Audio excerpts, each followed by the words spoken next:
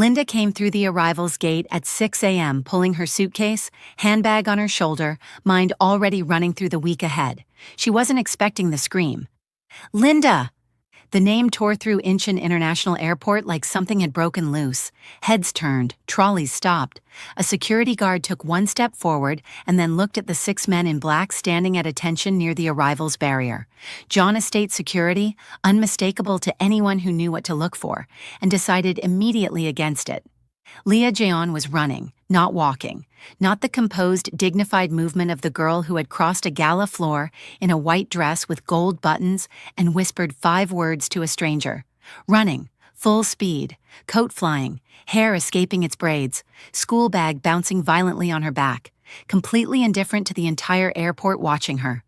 She hit Linda at full speed and locked both arms around her waist and burst into tears. Not sad tears, the other kind.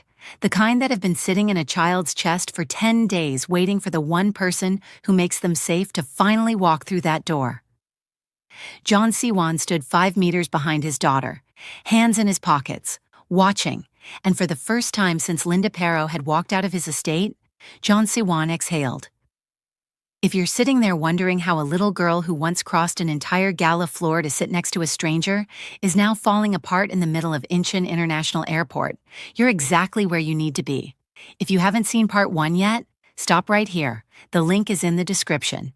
Go and watch it first. You're going to need every single part of that story to understand what these tears mean. And if you're already here from part 1, you already know.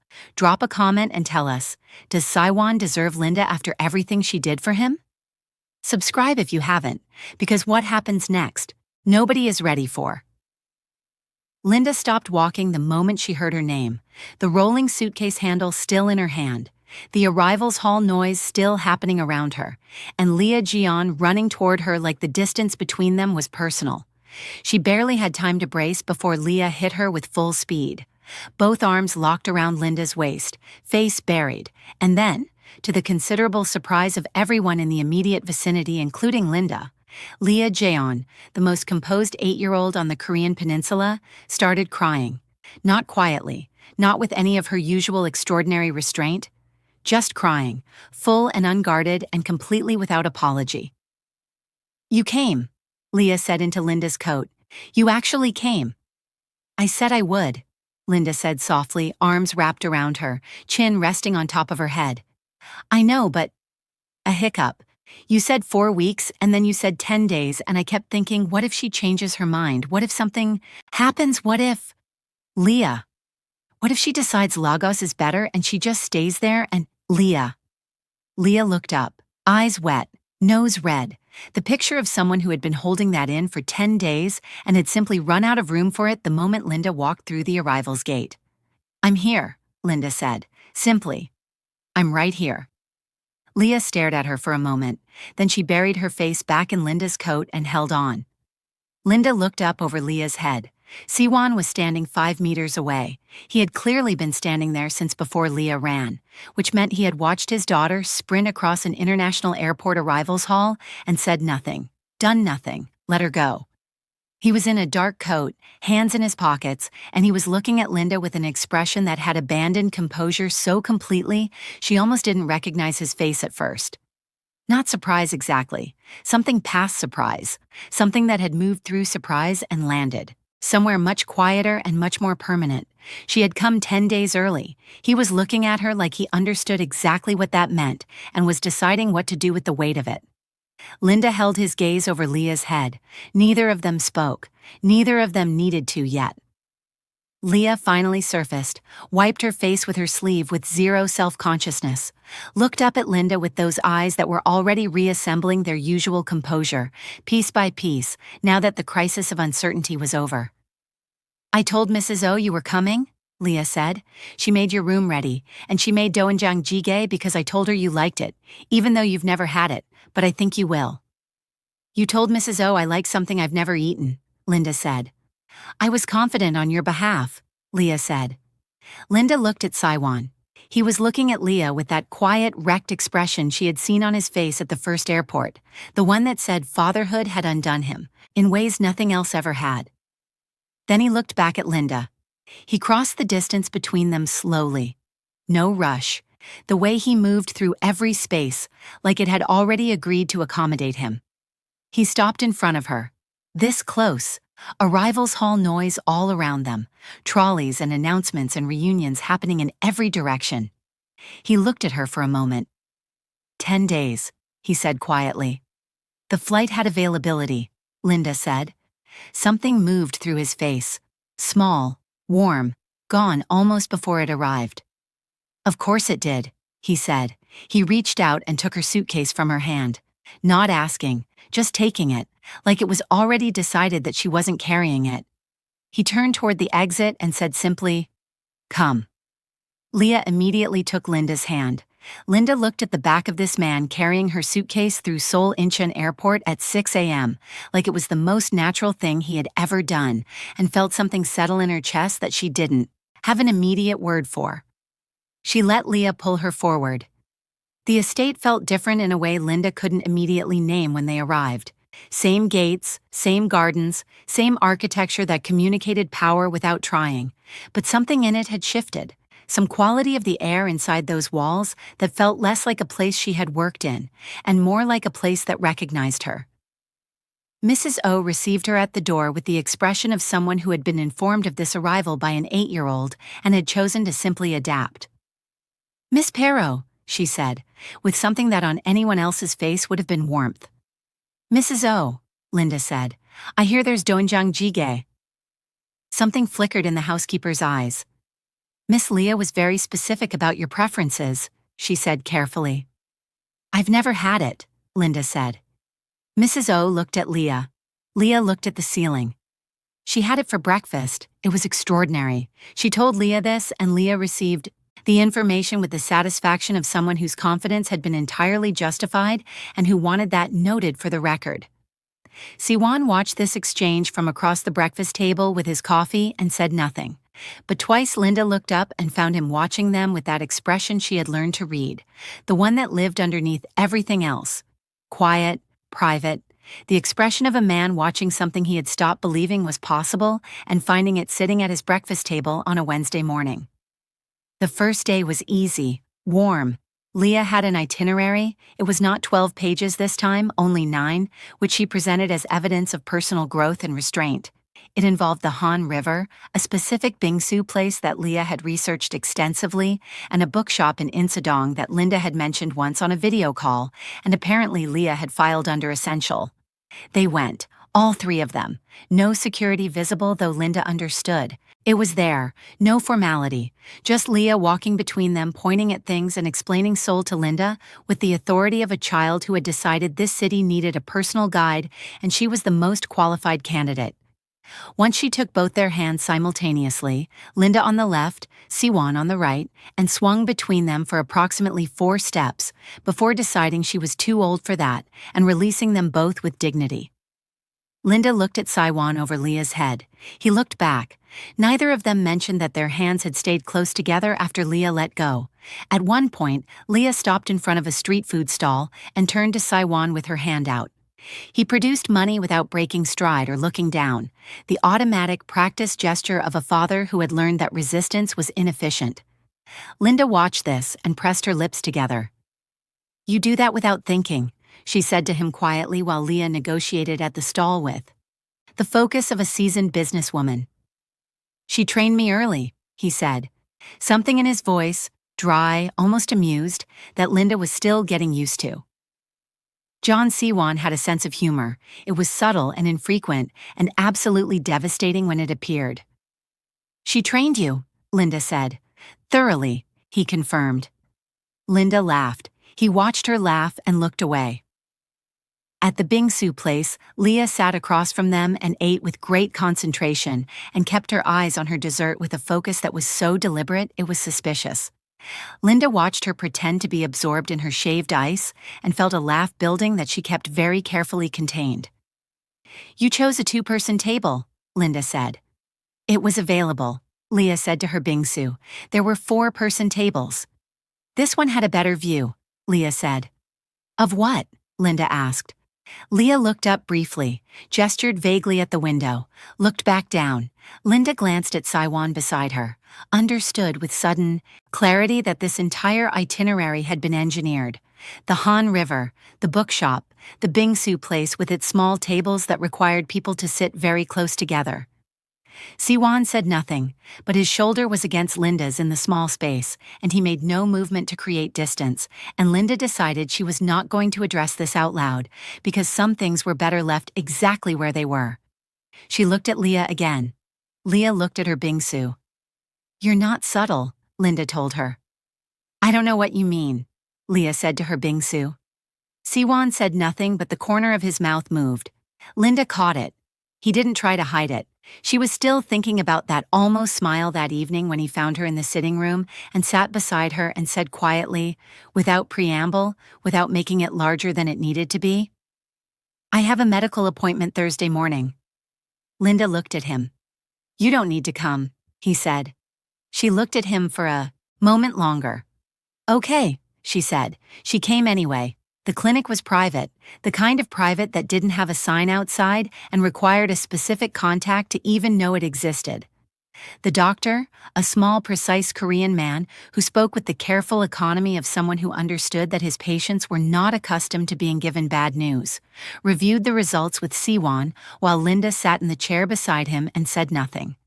The compound had been oleandrin, extracted from Narium oleander, tasteless, odorless, accumulating slowly in the cardiac tissue over weeks and months, mimicking the symptoms of a degenerative heart condition, with enough plausibility that any doctor without specific cause to look would have looked in entirely the wrong direction.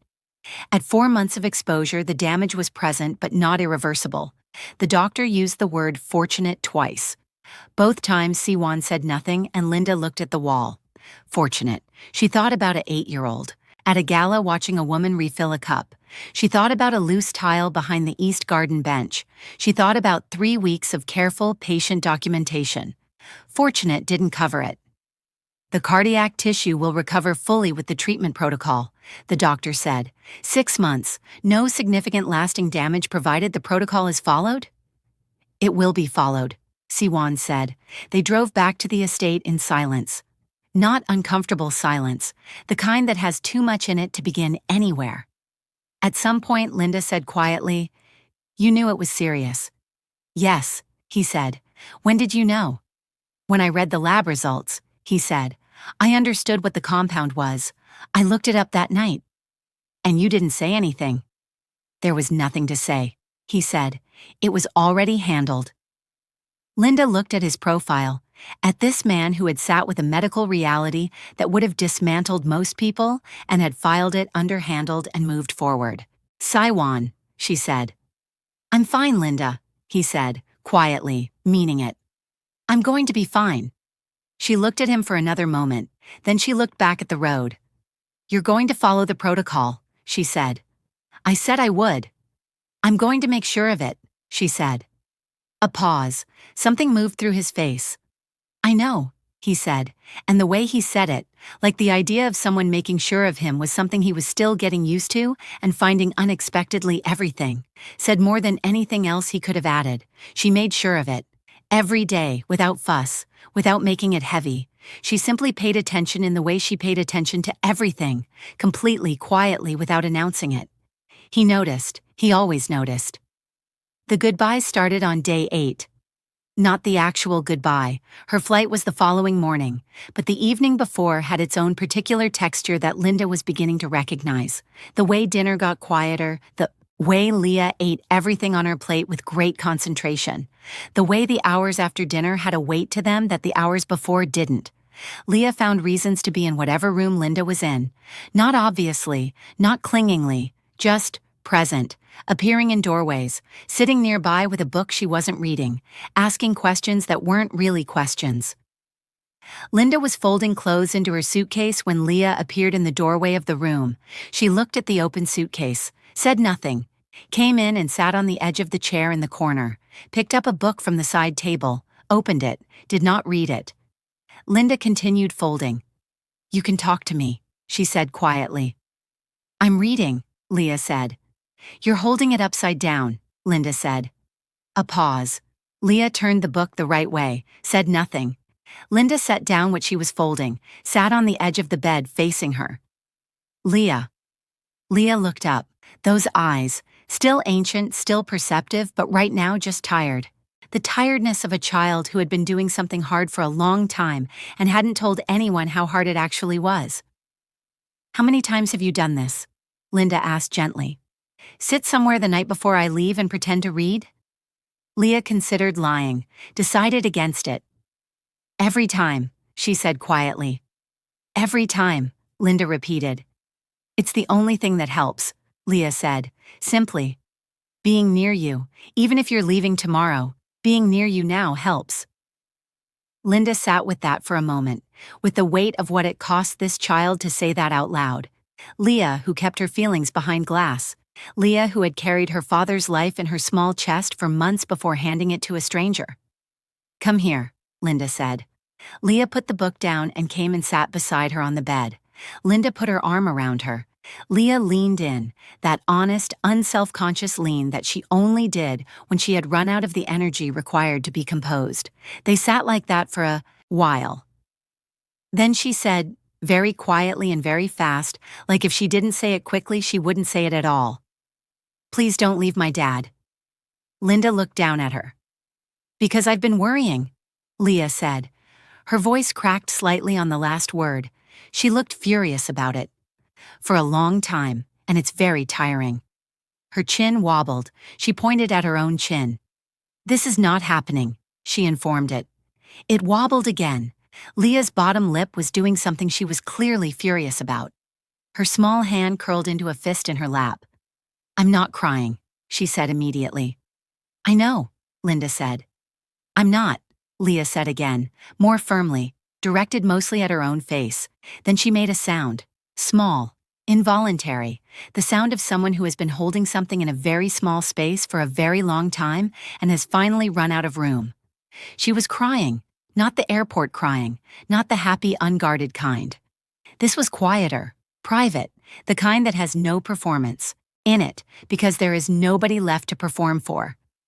She cried into Linda's sleeve and did not say anything else and did not try to stop and did not apologize.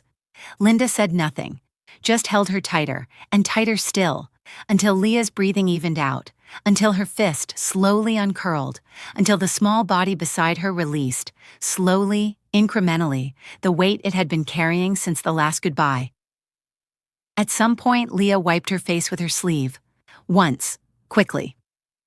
Then she straightened slightly and looked at the wall ahead of them, then sniffed once, aggressively, pulled herself together with the focused effort of someone who had a reputation to protect. Okay, she said finally, in her normal voice, like none of that had happened. Okay, Linda said back. They sat like that. Siwan appeared in the doorway 10 minutes later. He stopped when he saw them, took in the open suitcase. Leah leaning, Linda's arm around her, the particular quiet of the room. Something moved, through his face. He came in, sat on Leah's other side, the three of them on the edge of the bed in the lamplight. Leah between them, eyes closed now, breathing slowing, the small body releasing tension the way it only did when she felt completely safe. Nobody spoke. After a while, Siwan said very quietly, so as not to disturb Leah, "She does this every time." "I know," Linda said, equally quiet. "You told me." "I didn't tell you all of it," he said. Linda looked at him over Leah's head. "She doesn't sleep the night before you leave," he said. "She stays up. I find her in the morning with her light still on and a book she hasn't read." He paused. "She thinks I don't notice." Linda said nothing.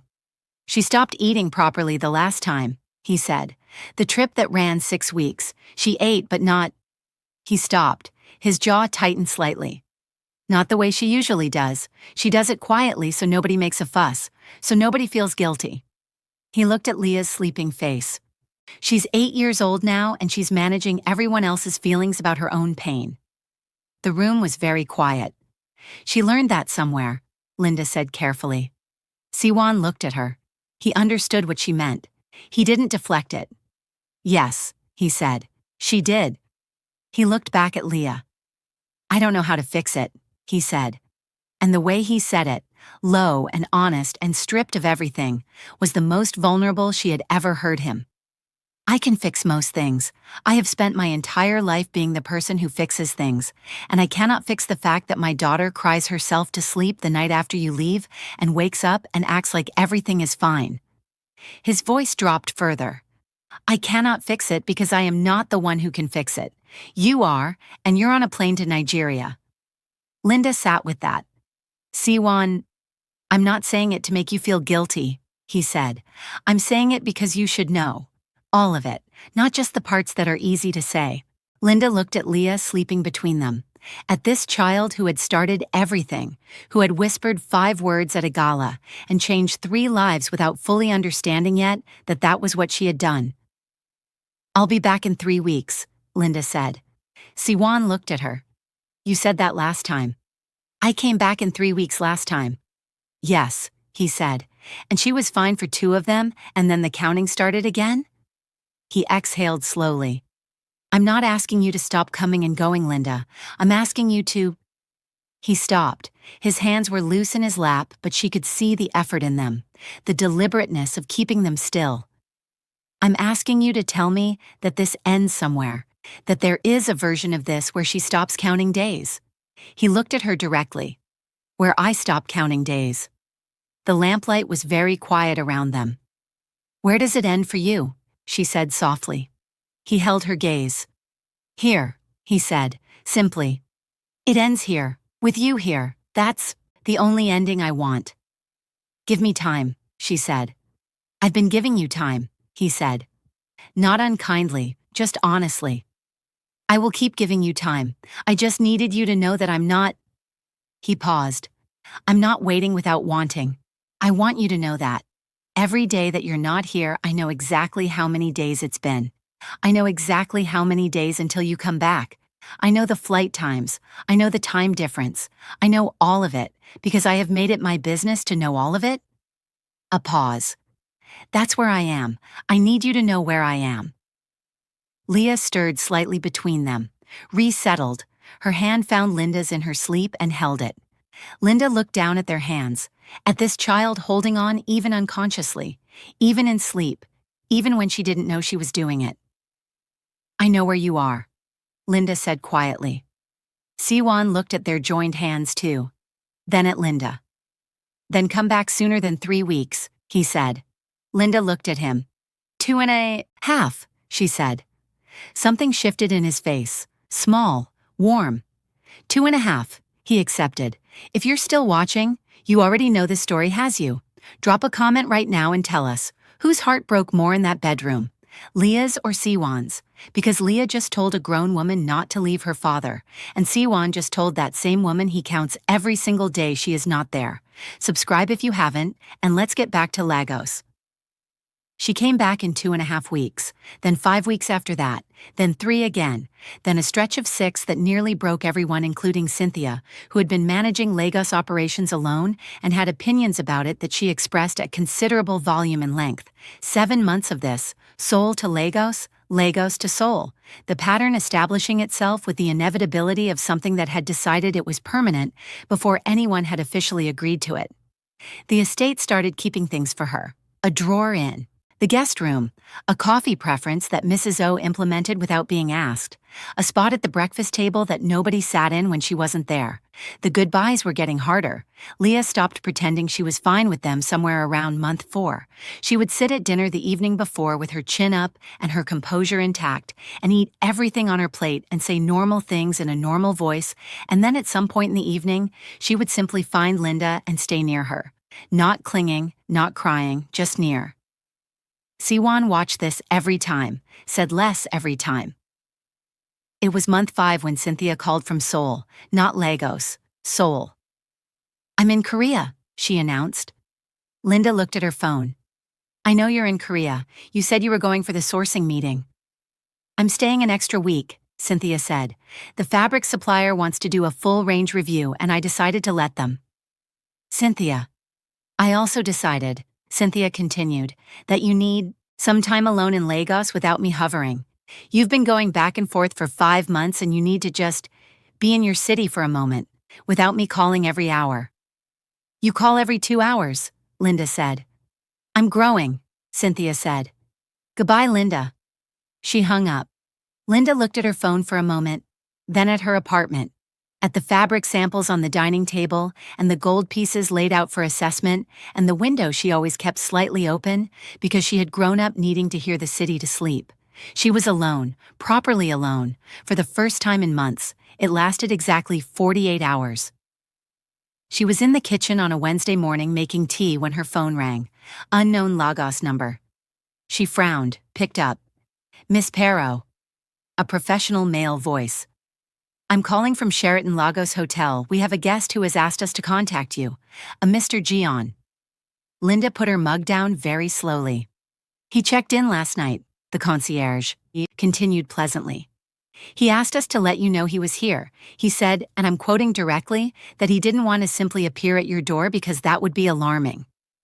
Linda stood in her kitchen for a long moment. He's there right now, she said, not a question. In the presidential suite, yes, the concierge said. Shall I tell him you received the message? Tell him, Linda said carefully, that I'll be there in an hour. She hung up, stood in her kitchen, looked at the window where Lagos was doing its Wednesday things, entirely unaware that Siwan had apparently gotten on a plane, flown 21 hours, checked into the Sheraton Lagos, and called ahead through the hotel concierge because he didn't want to alarm her by appearing at her door. She called Cynthia. He's here, she said the moment Cynthia picked up. A pause that was slightly too short to be genuine surprise. Who's here? Cynthia. I genuinely don't know what you knew, Linda said. I may have been informed, Cynthia said carefully, in passing. You sent yourself to Seoul so I would be alone when he arrived, Linda said. I sent myself to Seoul for legitimate business reasons, Cynthia said. The timing was a separate matter. Cynthia. Go and see the man, Linda, Cynthia said. He flew 21 hours. The least you can do is go and see him. A pause. Also, I heard the Sheraton Presidential Suite has a view of Victoria Island that will make you want to move there immediately, so you're welcome. She hung up before Linda could respond. The Presidential Suite did have a view of Victoria Island that was frankly unreasonable. Floor-to-ceiling windows, Lagos laid out below in all its complicated, beautiful, relentless glory. The kind of view that made you understand why people fell in love with this city, even when it was difficult. Siwan was standing at those windows when she arrived. He turned when she came in. He was wearing a dark shirt, no jacket, no tie, the most undone she had ever seen him outside of a hospital corridor. He looked slightly jet-lagged and completely certain about being here. You called through the hotel concierge, Linda said. I didn't want to alarm you, he said.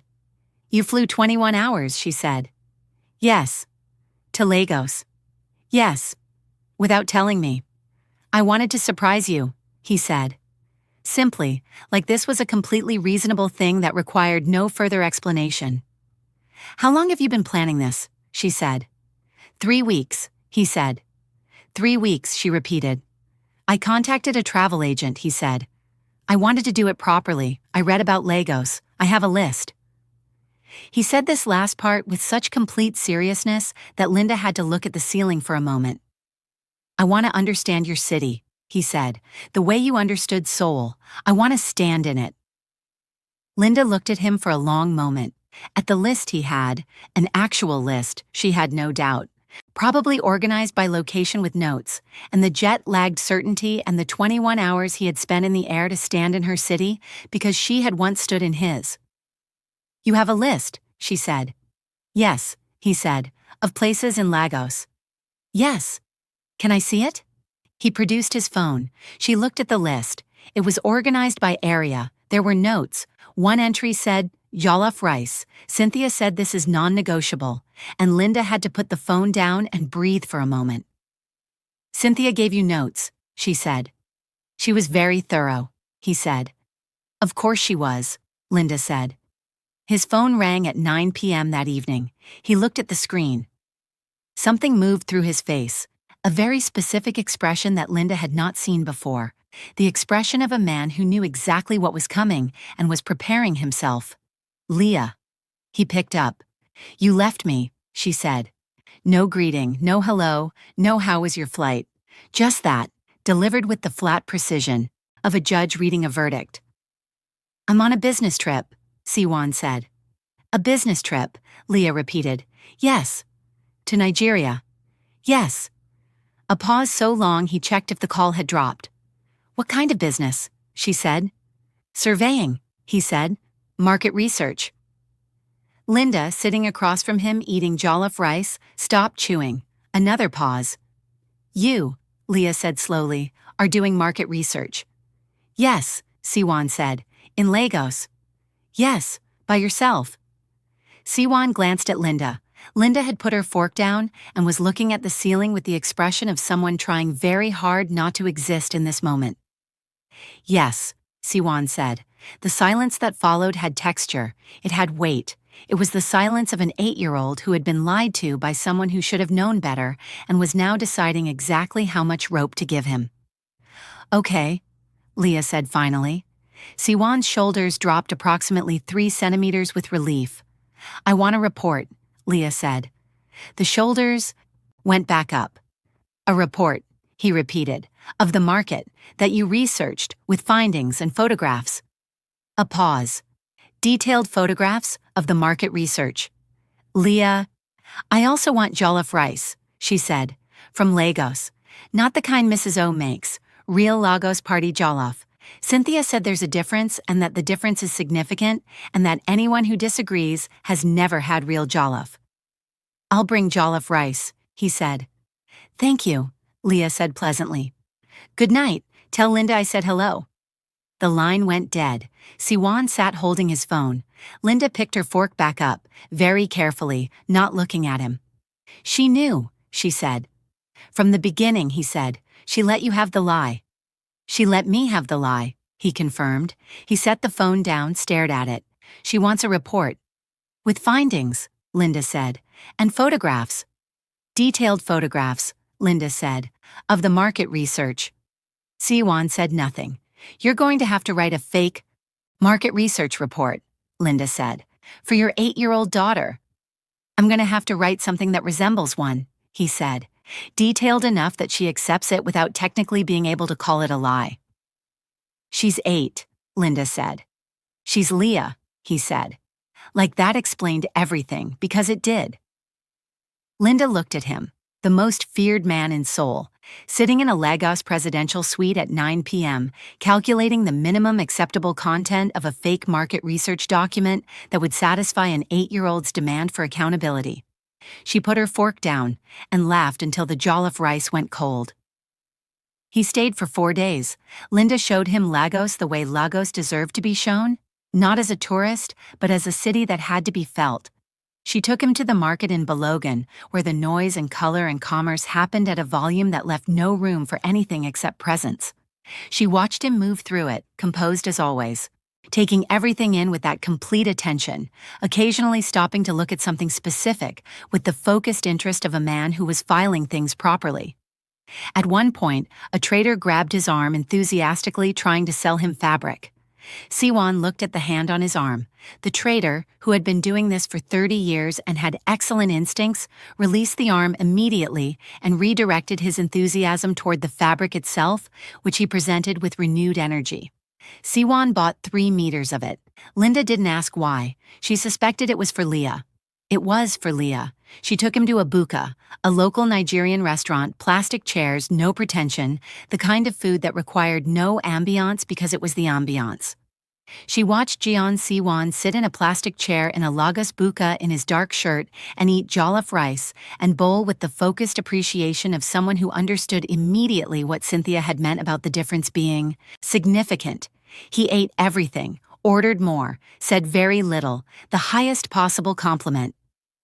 Well, Linda said. Cynthia was right, he said. The difference is significant.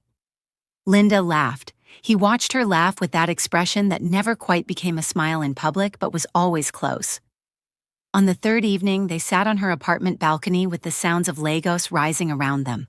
The horns, the music from somewhere down the street, the particular energy of a city that had never once in its history agreed to be quiet. The sky was doing something extraordinary with the sunset. Lagos light had always been different. Warmer, more dramatic, like the city demanded that even the sky perform. Siwan sat beside her and looked at it. "I understand now," he said. "What do you understand?" she said. "Why you kept coming back," he said. "Every time." He looked at the city below. "This city is in you. The same way Seoul is in me. You can't just leave it. It goes. With you." Linda looked at him. "I'm not asking you to leave it," he said. He turned and looked at her directly. "I want you to know that.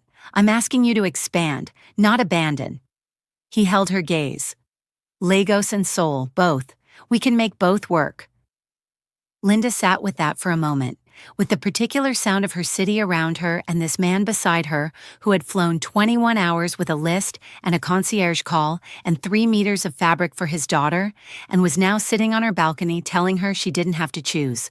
She didn't say anything for a long time. "The jollof rice," she said finally. He looked at her.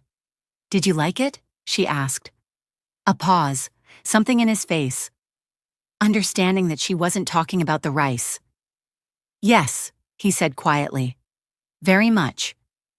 They sat like that for a moment, the city below them, the sky doing its extraordinary things. Then he turned and looked at her with that expression she had learned to read, the one that lived, underneath everything else, except this time it was not underneath anything. It was just there, on the surface, unguarded and unhidden and entirely his. "I love you, Linda," he said, quietly, simply, like he was putting something down that he had been carrying for a long time and had finally found the right place for it. Linda looked at him. He reached out and his hand found her face, and he kissed her. Quietly, completely, like he had been waiting 7 months for exactly this moment and was not going to rush a single second of it, and it was different this time. Not new, but different. Because there were words underneath it now that had never been there before, and both of them felt exactly what that difference was. When he pulled back, she looked at him. "I love you too," she said. Something moved through his face, private and complete. He looked back at the city. She looked back at the city. They sat until the sky finished doing what it was doing, Lagos below them, Seoul somewhere above them, neither of them going anywhere. The next morning he left for the airport. Linda stood at her door watching his car pull away. She stood there for a moment after it had gone. Then she called Cynthia. "Is this how love is found?" she said when Cynthia picked up. Not dramatically, not with tears, just quietly, with the genuine wonder of a woman who had built everything herself and was only now understanding that some things couldn't be built. They just arrived, quietly, completely. In plastic chairs and concierge calls, and a man who flew 21 hours because he wanted to stand in her city. Cynthia was quiet for a moment, which from Cynthia was extraordinary. "Yes," she said, simply. "That's exactly how it's found." "I didn't expect it," Linda said. "Nobody ever does," Cynthia said. "That's the whole point." Linda looked at her empty street, at Lagos going about its morning, at the space where the car had been. "Okay," she said. "Okay," Cynthia said back. They stayed on the phone saying nothing for another minute. Then Linda went back inside and made tea and sat at her kitchen table and looked at the window. She booked a flight to Seoul that afternoon, 3 weeks early. She called Cynthia from the airport. "I'm coming," Cynthia said before Linda could speak. "Coming where?" "To Korea," Cynthia said. "I've been waiting for an invitation that was never going to come, so I'm inviting myself. I need to look this man in the eye. I need to sit across from him at a table. I have questions." "Cynthia." "I found the staffing agency, Linda," Cynthia said. "I did that. I am the reason any of this happened. I deserve a dinner." She arrived 2 weeks later in a yellow dress and sunglasses and stood in the estate driveway and looked at the main house and said okay to nobody in particular. She met Siwan at dinner that evening. She shook his hand, looked at him, looked at Linda, looked back at him. "You're very tall," she said. "Cynthia," Linda said. "I'm just observing," Cynthia said. She sat down, picked up her chopsticks with the confidence of someone who had never used chopsticks before and was not going to acknowledge this. "So," she said to Siwan, You're the reason my best friend went undercover as a maid. Cynthia. I'm not blaming you, Cynthia said. I'm establishing context. She looked at him steadily. She built that business from nothing. I want you to know that.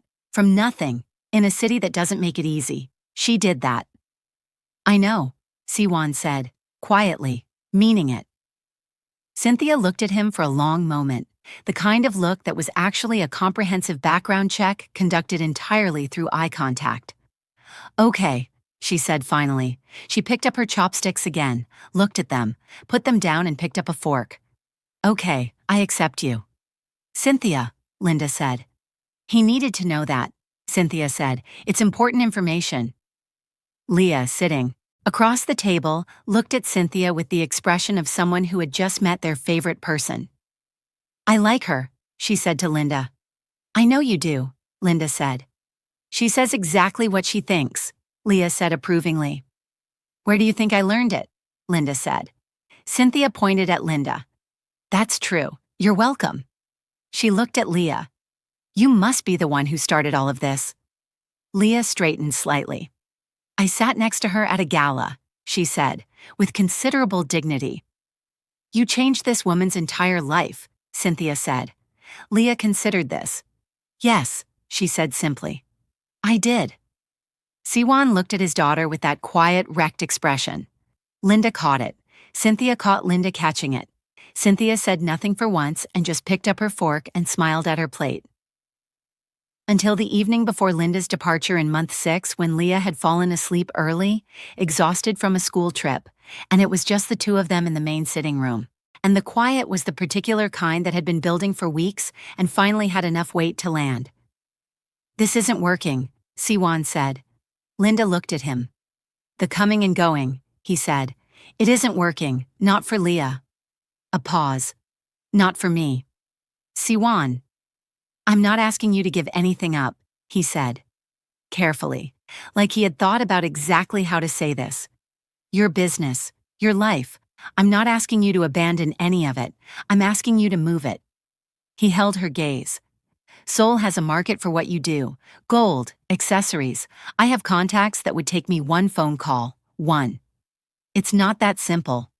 It's not simple, he agreed. But it's possible, and you know it's possible because you've already thought about it. I can see that you've thought about it. Linda said nothing, which was its own kind of answer. I want you here, he said, quiet, direct, no performance around it. I want Leah to stop counting days. He paused, something moving. Through his face that he let show, I want to stop looking at that seat at the breakfast table when you're not in it. The room was very still. Give me a real answer, he said. Not logistics, not the business. A real answer. I'll think about it, she said. It wasn't yes, but it wasn't no.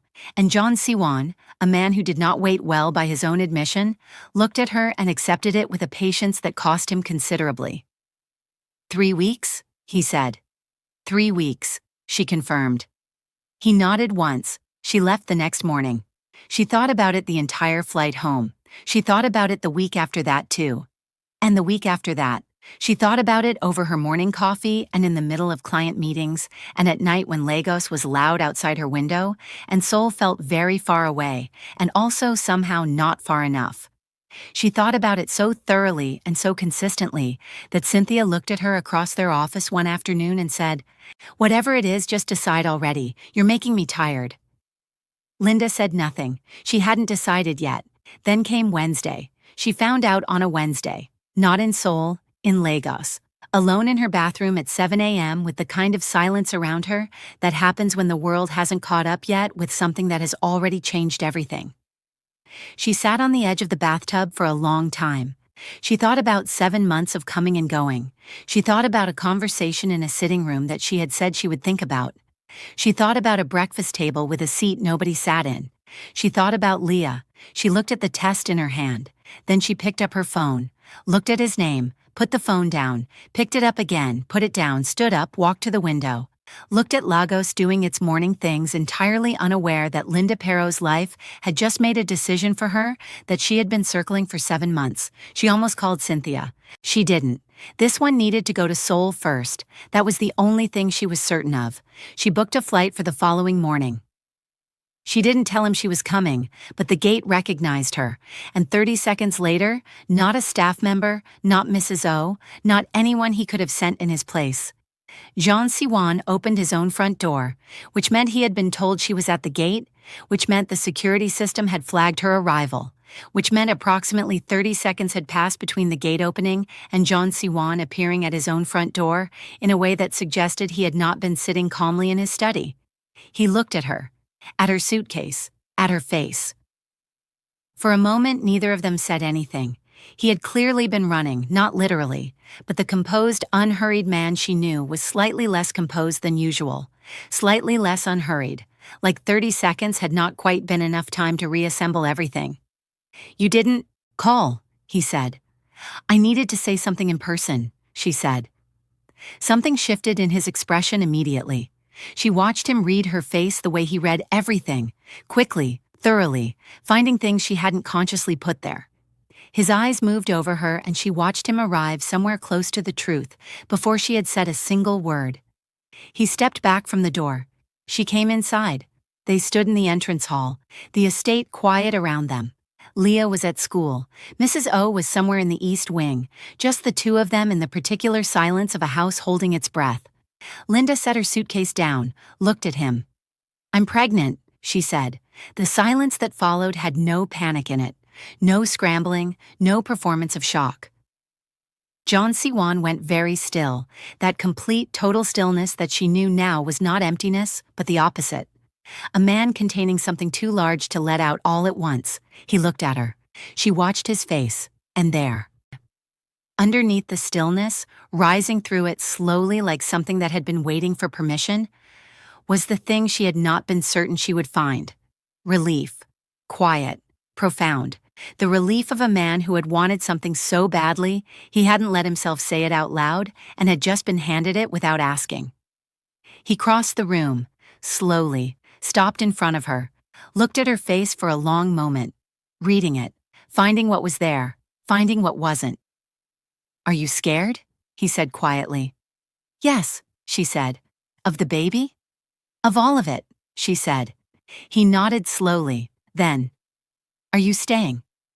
Linda looked at him, who had a daughter who believed in fairy tales and had been quietly engineering one for months.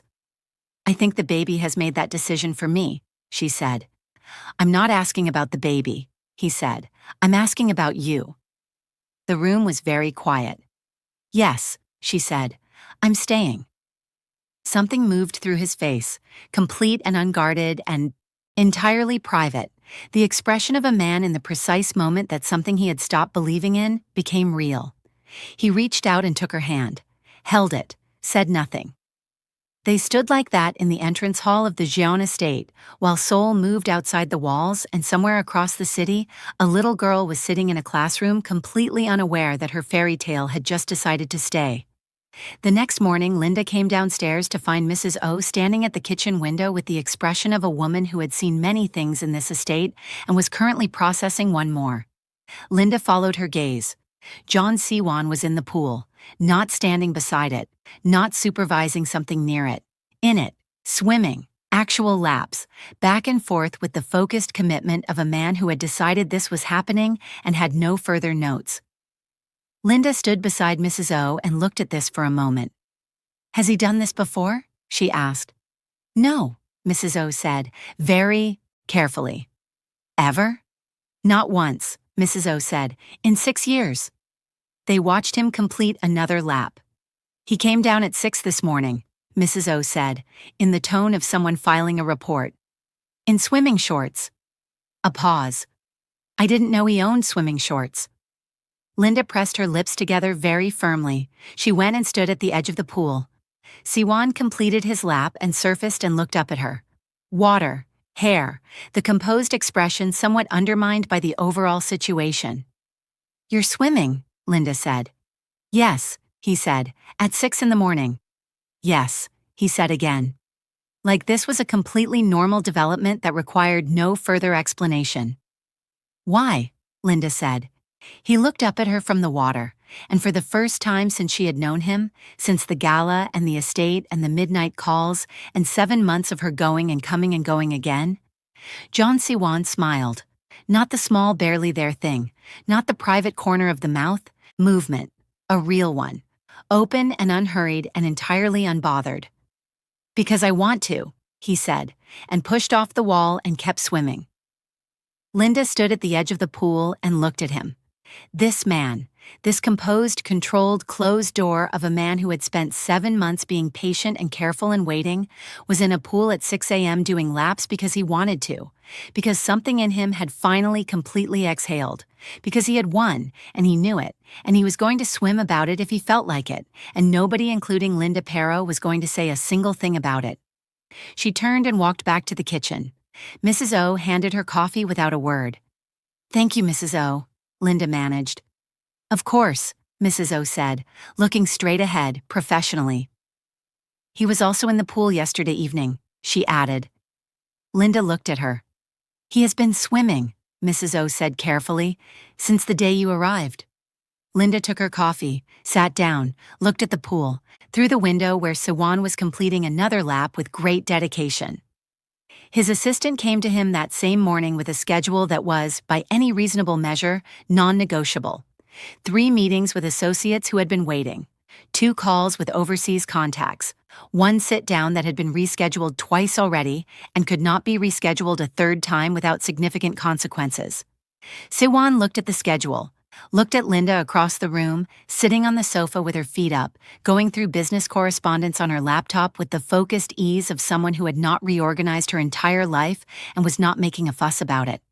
He looked back at the schedule. "Cancel everything," he said. His assistant blinked. "Sir, all of it. The Thursday meeting has been rescheduled twice. Then it can be rescheduled a 3rd time," Siwan said.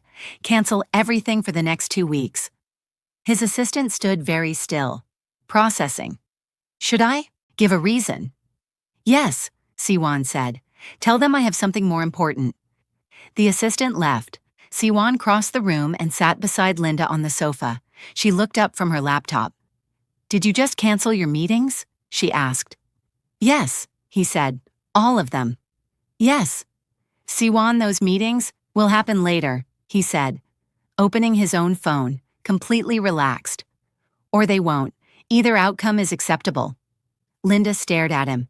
"You run an organization. You can't just—" "I just did," he said, looking at his phone. "You're pregnant, you're staying, my meetings can wait." He looked up at her briefly. "I told you I don't wait well. I have been waiting for 7 months. I am done waiting for things." He looked back at his phone. "The meetings will wait instead." Linda looked at the side of his face. "You're going to throw that in my face, aren't you?" she said. "The 7 months." "Regularly," he said, and with no apology. Siwan. 7 months, Linda said pleasantly. "I was in a pool at 6 this morning. I canceled 2 weeks of meetings. I feel I have earned both." Linda opened her mouth, closed it, looked back at her laptop. "You're impossible," she said. "You're staying," he said. Simply, like that answered everything, because for him it did. Leah found out that evening. Linda had wanted to tell her gently, had planned a careful, age-appropriate conversation, had thought about the right words and the right moment. What actually happened was that Leah came home from school, dropped her bag at the door, walked into the sitting room, looked at Linda sitting there with Siwan, looked at their faces, looked at their hands not quite touching on the sofa between them, looked at Linda's face specifically with those ancient perceptive eyes, and said, "Something happened." "Leah," Siwan started. "Something good," Leah said, not a question. "Something good happened." "Come here," Linda said. Leah came, sat beside her, looked at her with complete attention. "You're going to have a sibling," Linda said. The silence lasted exactly 2 seconds. Then Leah Jian burst into tears for the 3rd time in her life. Happy ones, completely helpless and happy. She grabbed Linda's arm with both hands and pressed her face into her sleeve and cried with the full abandon of a child who had been waiting for something she didn't have a name for and had just been told its name. Siwan watched his daughter. His jaw was set, His eyes were doing considerable work. Linda put her arm around Leah and looked at Siwan over her head. He looked back and smiled. Not the small, barely there thing, a real one. Quiet and private and completely unguarded. Linda decided immediately that she would spend a considerable amount of time making it happen again. She did not have to wait long. It happened on a Thursday, over soup, specifically over salt. Linda had mentioned at lunch, casually just as an observation, that the soup was slightly saltier than she usually liked it. She said it once, did not repeat it, finished the soup, moved on. That evening, Mrs. O appeared in the doorway of the sitting room where Linda was reading and stood there with the expression of someone who had survived a significant event and needed to debrief with the only available witness. Linda looked up. "I need to inform you," Mrs. O said carefully, "of a conversation that occurred in the kitchen this afternoon." Linda set her book down. "How bad?" "Mr. Jian," Mrs. O said, "came to the kitchen at 3 p.m. He spoke to the kitchen staff for..." She paused. 40 minutes, about salt. Linda stared at her. "Specifically," Mrs. O continued, "about the quantity of salt used in today's lunch soup, the appropriate level of salt for a pregnant woman's diet, the difference between sea salt and table salt, and which was preferable, and the importance, and I am quoting directly, of paying attention." 40 minutes, Linda said. "I timed it," Mrs. O said, "from the corridor, because I needed to know when it was safe to go back in." Linda pressed both hands over her face. "The kitchen staff," Mrs. O said, "are now operating under new salting guidelines. Written down, there is a document." "A document," Linda said into her hands. "One page," Mrs. O said, "with bullet points." Linda made a sound that was not quite a laugh and not quite a cry. "Mrs. O," she said finally, "I'm sorry." "Don't be," Mrs. O said. And then, for the first time in Linda's experience of this woman, something that was unmistakably warmth crossed her face, quiet and genuine. "In 6 years," she said, "I have never seen him like this, not once." She paused. "It's a good document," she said. Then she turned and walked back toward the kitchen. Linda sat in the sitting room alone. Then she got up, walked to Siwon's study, opened the door without knocking, and stood in the doorway. He looked up from his desk. "A document," she said, "with bullet points." He held her gaze. "Salt intake during pregnancy is a documented health consideration," he said. "I take health considerations seriously." "You gave my kitchen staff a document." "Our kitchen staff," he said, calmly, like that was the normal part of the sentence. Linda stared at him. He looked back at her with the complete, unruffled composure of a man who had written a one-page salt document and had absolutely no regrets about it. "Siwan," she said. "Yes. You wrote a document about salt." "With references," he said. Linda turned around and walked back out. She stood in the corridor and laughed until her eyes watered. He proposed on a Tuesday, not a special Tuesday, not a planned one. He had simply walked into the kitchen where Linda was going through business monthly reports and stood beside her and said, "Marry me." Linda looked up from her laptop. He was looking at her with that direct, unornamented attention, no performance, no staging, just the question. "Just like that," she said. "Just like that," he confirmed. "No ring?" He reached into his jacket pocket and placed a ring on the counter beside her laptop. She looked at it, looked at him. "You had that in your pocket," she said. "For 2 weeks," he said. 2 weeks, she repeated. "I was waiting for the right moment," he said. "Then I decided there wasn't a right moment. There was just a moment." "Yes," she said. He picked up the ring, put it on her finger, looked at it for a moment. "Leah is going to be insufferable about this," he said. "She absolutely is," Linda agreed. They were both right. Leah was insufferable about it immediately, comprehensively, and with the energy of someone who felt personally vindicated. She told Mrs. O before dinner. She told her teacher the following morning. She came home with a handmade card that said "finally" on the front in large letters and contained inside a detailed account of her role in the proceedings. Linda read it at the kitchen table and laughed until she cried. Siwan read it after her, set it down carefully. "She wrote finally," he said. In large letters, Linda confirmed. She's 8, he said. She's been waiting since she was 7, Linda said. He looked at the card for another moment, then he picked it up and put it in his jacket pocket. Linda watched him do it, said nothing. Some things didn't need words. They were married on a Saturday in early spring when Seoul was doing its best work. Cherry blossoms making the city look like it had been designed specifically for the occasion, which Leah pointed out was essentially true, since she had been manifesting this outcome for over a year and the universe had simply cooperated. It was small, private, the way everything that actually mattered to Jeon Siwon was contained, chosen, real. Leah stood beside Linda for the entire ceremony in a dress she had selected herself after. Rejecting 14 others, she held Linda's flowers when required. She handed them back at precisely the right moment. When it was done, Leah looked at both of them and then looked at her shoes and smiled the smile she saved for things that were too big for her face to contain all at once.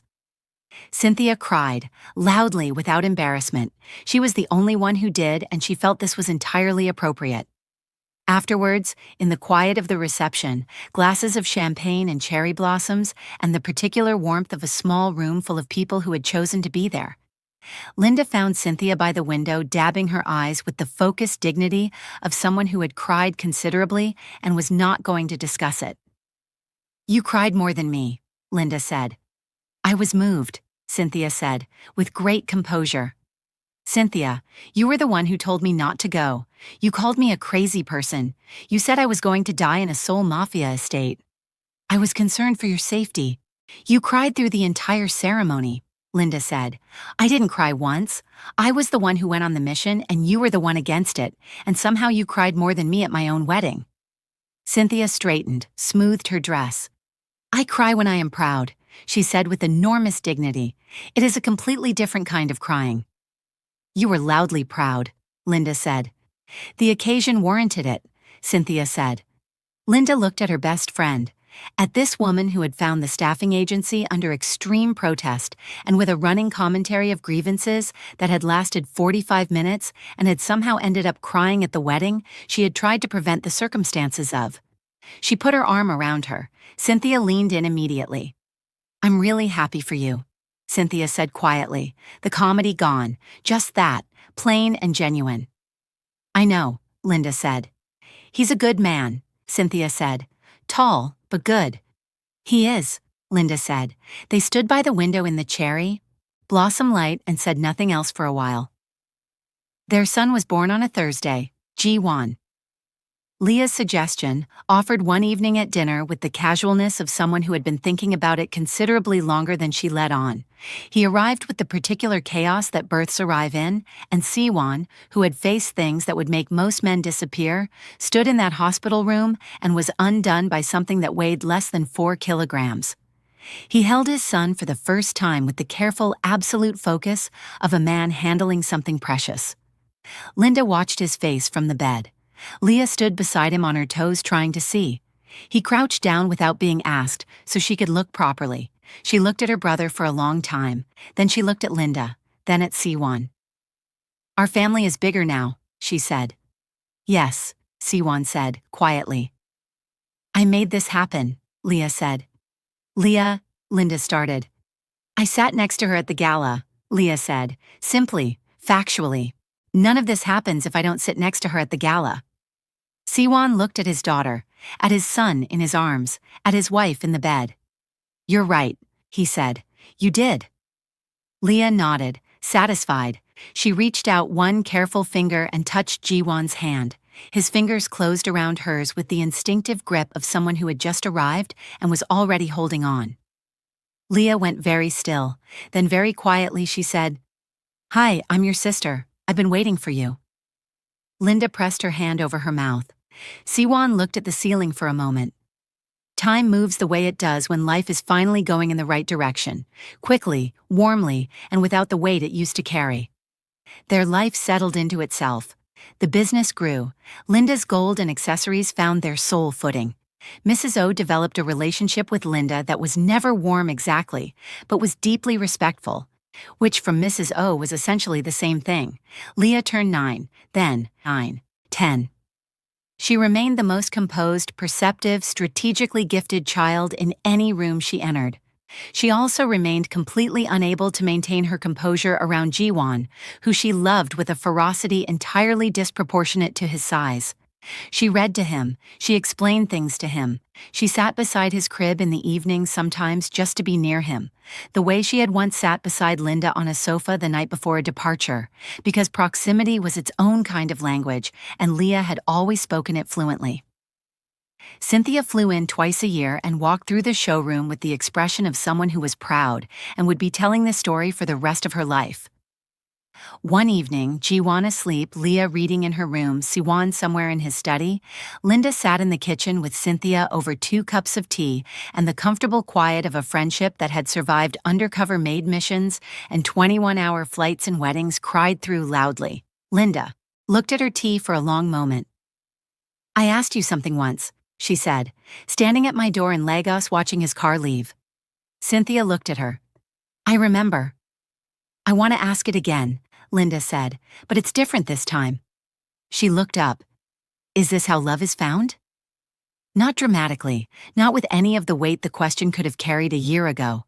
Just quietly, with wonder, the genuine wonder of a woman who had built everything herself, the business, the reputation, the independence, all of it, and had discovered that the one thing she hadn't built had simply arrived. In a gala, in a whisper, in a little girl who had crossed an entire room and decided she was safe. Cynthia looked at her over her tea. "Yes," she said, simply.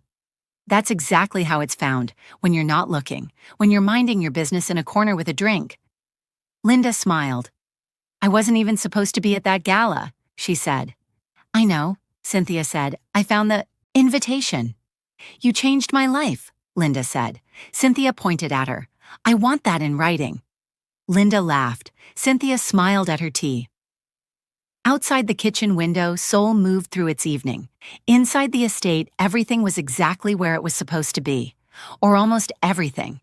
Because John Siwan, composed, controlled, the most feared man in Seoul, still had one habit that nobody including Linda had been able to explain, predict, or cure. He still called her at midnight sometimes, not because he couldn't sleep, just because he wanted to, even when she was lying right beside him. The first time he did it after they were married, she felt his phone light up the room and looked at the ceiling before she picked up. "Siwan," she said. "Yes," he said, from beside her, in the same bed, looking at the same ceiling. "You're right here," she said. "I know," he said. "You are literally right here." "I wanted to hear your voice," he said. Simply, the same reason he had given her the very first time, when Seoul and Lagos were apart, and he had looked up the flight 4 times in 1 week. Some things didn't change. She lay there with her phone against her ear, and this man beside her doing the same thing, and felt something so warm and so completely absurd move through her chest simultaneously. "How are you?" he said. She turned her head and looked at him. He was looking at the ceiling, phone to his ear, completely unbothered. "I'm right here, Siwan," she said softly. He turned his head, looked at her. "I know," he said. "That's why I'm better." Linda smiled at the ceiling. "Good night, Siwan," she said. "Good night," he said. Neither of them hung up for a while. Outside their window, Seoul moved through its evening. Inside the estate, Leah was asleep with a book on her face. Jiwon was breathing in the small, steady rhythm of someone with no concerns whatsoever. Mrs. O had turned off the kitchen lights. The cherry blossoms were gone until, next spring, everything was exactly where it was supposed to be. Linda Pero had come to Seoul for a business summit. She had stayed and become exactly what a little girl had decided she would be, from the very beginning, across a crowded room in 5 whispered words. Family. And somewhere in the city, in the quiet of a life that had been built from 5 words whispered across a gala floor. A little girl who had started all of it was sleeping soundly, one hand still loosely curled around the memory of her brother's grip.